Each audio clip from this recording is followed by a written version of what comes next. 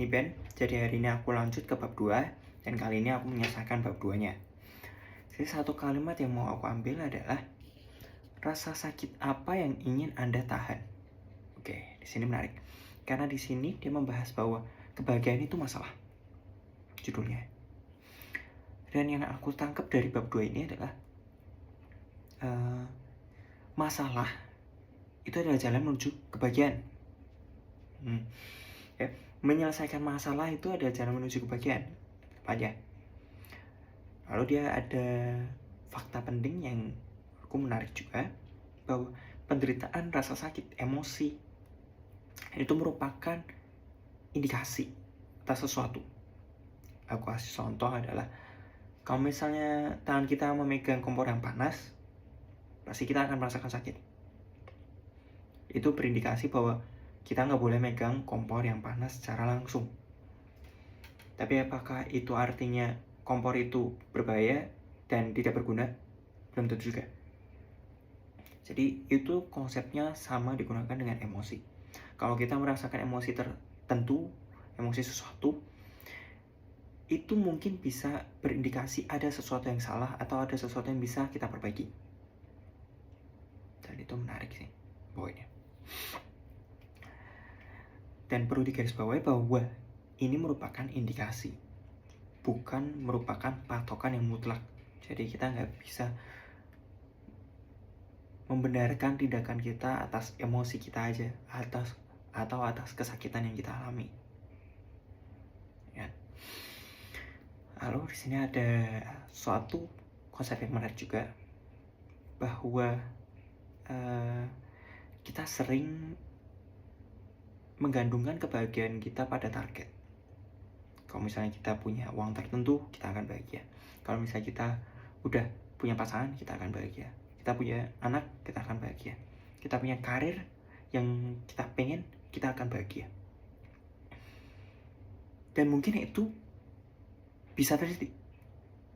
Mungkin kamu akan merasakan, atau kita akan merasakan kebahagiaan itu walaupun sifatnya sementara. Dan aku yakin gak ada kebahagiaan yang sifatnya eternal. Jadi dapat uang sekian pasti akan bahagia selamanya. Enggak juga. Jadi dia menyebutkan bahwa kebahagiaan itu sebenarnya gak bisa ke target gitu aja. Bukan algoritma. Bukan mencapai ini kamu akan bahagia, mencapai B kamu akan bahagia. Melainkan kebahagiaan adalah proses. Dia menyebutkan, kalau kita disuruh menyebutkan impian kita itu apa?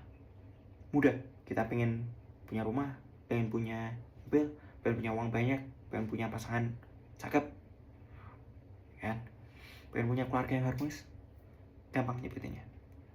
Tapi yang pertanyaan sesungguhnya yang dilontarkan adalah, rasa sakit apa yang mau kita jalani?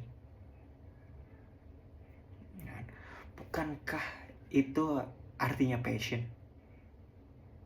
Rasa sakit apa yang mau kita jalani?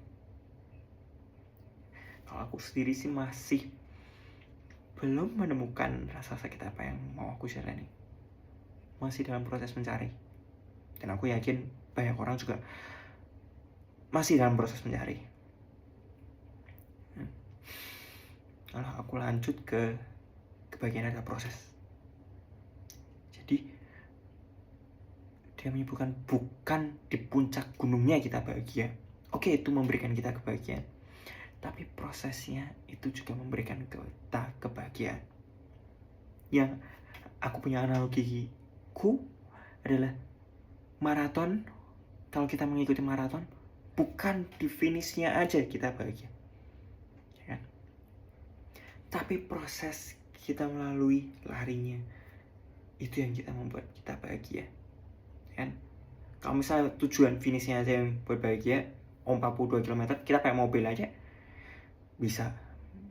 Tapi bukan itu yang dimaksud. Bukan itu tujuannya. Tapi kita mau mencapai 42 km itu dengan usaha kita sendiri, dengan kita latihan, dengan kita lari sendiri, kita jalan itu sendiri, maka di sana kita akan menemukan kebahagiaannya. Kalau kita cuma pakai mobil aja sampai di sana, kita mungkin nggak bahagia. Jadi menyelesaikan masalah itu yang membuat kita bahagia. Jangan menghindari masalah.